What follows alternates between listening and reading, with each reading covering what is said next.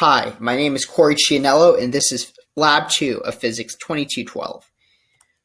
Previously, in Lab 1, I conducted an experiment where I brought together two positively charged tapes, as shown in the picture. I moved tape A up until it caused tape B to float. I then measured the distance between them and used that to calculate the electric charge on one of the tapes. In order to make this calculation, I needed to assume a few things. First, the only forces I accounted for on the top tape were gravity and the electric force by the bottom tape. I ignored air resistance and any other small forces that may have been acting on it.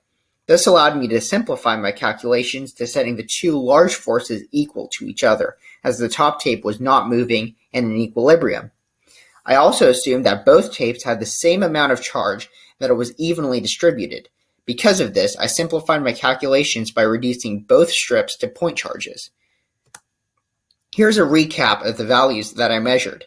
The length of both tapes was 20 centimeters, the mass of each was 0.20 grams, and the distance between them at which tape B began to float was 2.5 centimeters. Using the plastic pen test, I found both to be positively charged. And these are the calculations that I performed.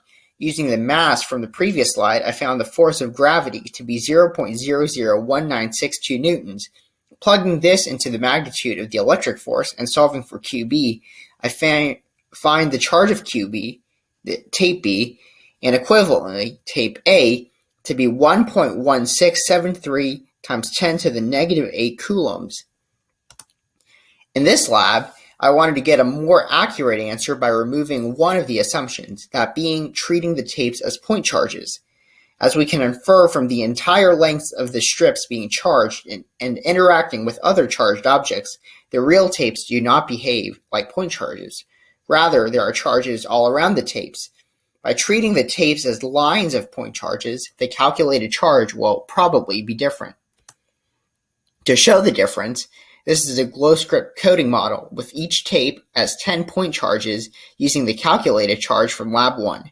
The red dots represent point charges on the upper tape and the blue dots are for the lower tape. The yellow arrow is the force of gravity and the white arrow is the electric force. And the green arrows are the electric field caused by the bottom tape at every point on the top tape. As we can see, the electric force is much smaller than the weight of the tape, meaning that the value from the charge from Lab 1 was too small.